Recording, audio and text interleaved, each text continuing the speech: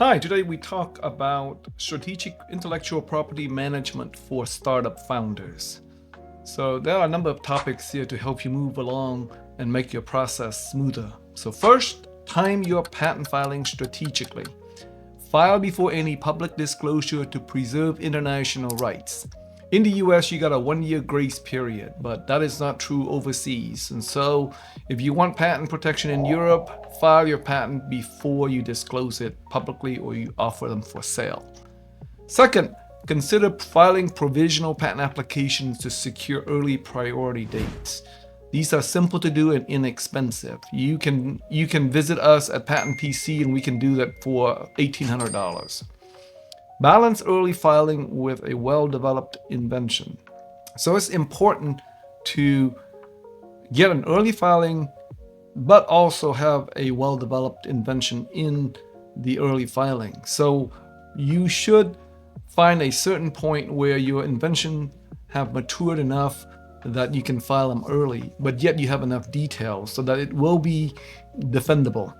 So, for example, what you can do is the first idea that you have in your business, you may have an idea for a flying car, but filing that early, you won't have enough details to defend your patent against obviousness or anticipation issues, right? So if you want to get an early filing, that what you do is you sit down, you brainstorm about all possible implementations of that flying car, and then you file them, even though you may not have a specific direction yet. Having enough detail in your application will help you navigate around known prior art because your technique might be different from others. So I will do that first, and then let's say 6 months therefrom, once you have more specificity in your invention disclosure, you can convert that provisional into a non-provisional, and so that's how you balance the early filing date with having a well-developed invention. You can also align your patent filings with your product development and business timelines. So, for example, before you talk to investors, you should file some provisional applications to protect your basic idea because investors will not sign NDAs, right? Then, as you have your team on board and you develop an early MVP, you should consider filing at the MVP stage because that's the first time that your product has come into life. Then, once you've done your MVP phase and you decide that there's certain features you're going to have and then certain features you're going to cut out from your final product, that's time again to consider patenting. Then, of course, most companies on an annual basis have a new release. That's yet another point for aligning your patent filing with your product development and your business timeline. So, the last point we want to make here is that use the 1-year grace period in the US strategically if needed, but don't rely on that because if you want to go international, that the information that you release in that 1-year grace period prior to the US filing will not help you internationally because whatever you make publicly available, it's also prior art outside of the US. Next, we talk about cost-effective IP protection. So, for cost-effective IP protection, you should prioritize protecting the core technologies and protecting your core competitive advantages. That allows you to have a very tight focus on where you're going to spend your resources. That allows you to focus your decisions on how to spend your valuable resources on key technology and competitive advantages. You also might want to consider filing a provisional patent application to defer the costs. Provisional applications can be done simply and can be done with automated tools such as Power Patent. And if you provide detailed information in the provisional application, you can get that early priority date, and then a year from then you can bring that to a lawyer and they'll professionalize it, and you would defer your costs for that year period. You should also leverage online resources for preliminary searches. The Patent Office has a great search tool. There are others such as the Google Patents. You should also educate employees on IP protection to reduce the risk. You should train them that, hey, every You should train them not to disclose information about their work to other people, because that disclosure may inadvertently create prior art against your subsequent patent application.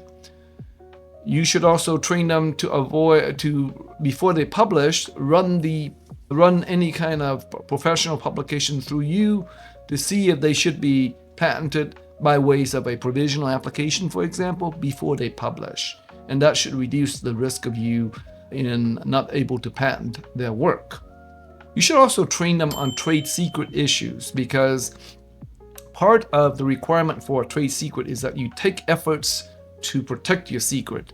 And so if you train them on trade secret, you sensitize them on what not to disclose to other people. And even in a situation where they leave the company, they'll be sensitive to the fact that there's certain information you consider to be trade secret, and they should never disclose it to anybody or use that for their own benefits. You should also conduct regular IP audits to optimize your patent portfolio. So the audits should cover your patents, your branding or your trademark rights, your copyrights in, let's say, your manuals and your website and brochures, and also your trade secret, whether or not you've taken enough care to protect the items that you view should be designated as a trade secret. Now let's talk about IP considerations for outsourced development. First, you should use a very strong non-disclosure agreement, or NDAs, or confidentiality agreement with contractors. You should clearly define the IP ownership clause of the contract, that anybody that you pay money to, whatever they develop, the IP belongs to you as a company. If you're silent on this, the contractor can assert ownership of the IP.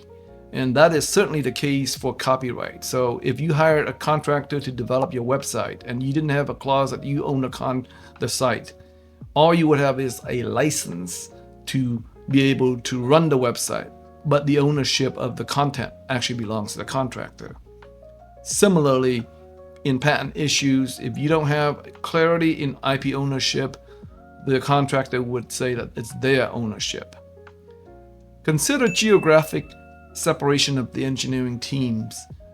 So if you're going to disclose some vital solutions to your product, you might want to consider 1/3 of the design in outsourcing it out to, let's say, to one country, and then 1/2 to another country, and then you retain the remaining component, the core component, when you integrate them together. That way, when the subcontractors, when you no longer work with these contractors, they won't know enough about your entire product line to be able to re-implement your invention and then sell it in their countries. You should implement security measures to protect the trade secrets. Obviously, for a trade secret, you should release as little as possible and under a very tight NDA to prevent the trade secret from leaking out to other people. In general, don't release trade secrets if possible, but if you have to, make sure that it's under a very tight NDA. You should also periodically conduct due diligence on your outsourcing partners to make sure that they aren't taking your ideas and using it for their own internal use or for other clients. There are reports that, in the manufacturing side, some companies have produce extra parts so that they'll sell those extra parts as gray market sales and make extra money that way. So having a due diligence on your partners will control that risk. Now let's talk about the IP development timeline. You should start with a provisional application for early protection. Now, for full use of a provisional application, you should write them in as much detail and as much care as a non-provisional, but you file them as a provisional. That way, you get full protection and an extra year of life, because in a non-provisional, the life starts from the time of filing. So if you start at a provisional and then in a year's time, you convert that to a non-provisional, what happened is you would have effectively 21 years of life when you stack their life together. And that's the optimum way, and that's how the pharmaceutical companies do that, because every extra year is worth billions to them, right? So The key here is you start with a provisional application, but you must file the non-provisional within 12 months, or you lose that date of the provisional. And then if you've sold products during that time, and if you can't claim your priority date back to the date of the provisional, your own product could possibly be prior art against your non-provisional application in that scenario. So make sure you file non-provisional patent applications within the 12-month period. Now, we talk about the conversion within 12 months from a provisional to a non-provisional. The same rule applies to international application. So you need to file for international application within that 1 year period from the provisional. And at that time, you also must decide international filing. So the way most startup companies do this is they use the patent cooperation treaty during that 1 year. So a patent cooperation treaty is a single application that is good for most major industrial country of the world. And the effect of the PCT application is to extend the deadline for going into each of those national country by 30 to 31 months from the earliest priority. So what does this mean? You file your provisional in 12 months, you file your non-provisional and your PCT, and that PCT extends your deadline out by at least another 18 months from that 1 year filing. Because when you tacked in the 12 month of the provisional plus the 18 month, that's the 30-month deadline for the PCT national conversion. You need to also budget the maintenance fees throughout the patent life cycle. So when a patent issues, every 4 years, you got to pay a maintenance fee. And the fees go up over time because the patent office assumes that if you want to keep the patents for a longer duration, those patents must be valuable. So you need to plan for those fees. And if you have a large portfolio, those maintenance fees can eat up a significant chunk of resource. So in those situations, you want to regularly review and prune your portfolio as your technologies evolve. And you can prune it by a number of ways. Preferably, you should go and find licensees for patent that you're no longer interested in, because that way the licensee pays for all the costs and you make money from the licensing. You can also sell the patent outright. And then, of course, if you can't sell and you can't license and the technology is in a field that nobody's interested in, another option is to just simply abandon those patents and focus your money on new technologies, on the cost of patenting new technologies. So now let's talk about international patent protection. So first of all, you need to understand that patents and IP rights are territorial in nature. So if you apply for the US patent, it only covers the US. If you apply for a European patent application, it only covers Europe or the specific countries that you've designated in the European patent application. Or in Japan, same thing, right? So it's territorial. And if you want rights in these countries, you need to think about them in advance. By law, you have 1 year from a US filing to file internationally, and you will still be entitled to get the US filing date. This has to be done within 12 months of the US filing, the first US filing. Now, because most companies at the end of the 1 year period, they don't have a clear idea of which countries they need to go into for commercialization, you can leverage what is known as the Paris Convention for Priority Claim. So it's called a PCT. And a PCT, what you do is at the end of that 1 year period, you pay one single fee, roughly around $3,000 to $4,000 to the WIPO, plus of course your lawyer fees. And when you file there, you can delay your you can delay entering each country that you want by an additional 18 months. So the PCT gives you a total of 30 months from the earliest priority, but since you've waited 12 months, then you have 18 months remaining. And most startups like to pay that $5,000 for the PCT application in exchange for being able to defer that decision out by another year and a half for financing reasons or for sales reasons, for example. So along with this, you need to prioritize your key market and manufacturing location. And that's where the countries that you want to focus on filing your national, filing in the countries that you want to get patents in. So if China happens to be your major production hub, definitely file in China. If your customer base is in, let's say, France or Germany, you definitely want to consider a European patent. And so you need to account for different laws and requirements by country when you enter, and local counsel can help you with that. So make sure you ask the right questions for your international counsels. And that's how you optimize your international IP protection. Let's talk about how patents can significantly increase your valuation. So patents signal innovation and technological leadership to investors. When you acquire them, they are actually an asset that's going to be in your balance sheet. So you can certainly argue that your company value has increased by a certain amount by the IP. And that amount is certainly significantly more than the amount you spent on lawyers to file the patent application. So for example, you might spend $10,000 to prepare and file a patent application, but you can easily justify the asset that's procured by that as being worth $150,000 or $200,000. Investors will not push back on that. So you can see that spending $10,000 to get $200,000 of value, that's certainly a 20x gain. That's something that investors would be happy to get, right? So that's one component of increased valuation. The other component of increased valuation is that your exclusive rights can lead to higher profit margin, the bottom line, right? That's the EBITDA component.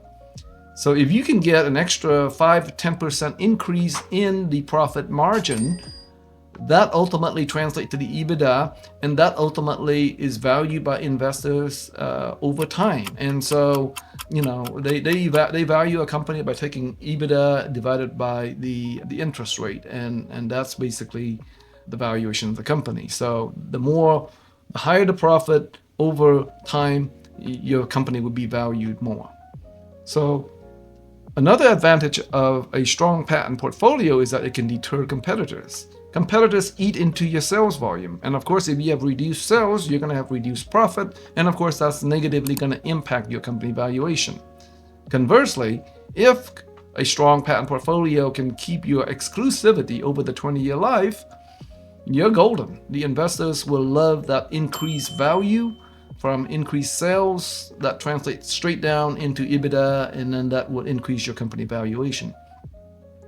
Patents can also open up license revenue streams for you, and this is free money, right? And investors will love any kind of increase to EBITDA based on licensing because that's just pure profit. Last but not least, IPs factor into acquisition valuations. Most acquirers want to see that the company that they're buying has a nice defensive moat, and IP is an important component of that moat. And so they will spend significant amount of time to perform due diligence on your IP portfolio. So make sure you have your IP portfolios polished and ready for a potential acquirer to review. And those factors, and that's how patents can significantly increase your company's valuation. Now we talk about common pitfalls new startups face. So first of all, one pitfall is to disclose inventions before filing patent application. Don't make the mistake of going off and talking to your vendor about what you're working on without an NDA and without filing patent application, because they can certainly take the idea and run. This is a common mistake made by people who advertise their technology on Kickstarter without any patent protection. You can just Google and find plenty of examples where companies run their campaign on Kickstarter, and when the campaign ends and they get the money from the buyers, lo and behold, they found a competitor already selling the product. So don't make that mistake. Second is many founders ask for confidentiality agreements from investors, and that's a novice mistake because investors will not sign it. So the stronger thing for you to do is to go ahead and file a patent application and confidently talk to your investor and say, hey, this is a patented concept. And that's all you need to say. They know what's going on.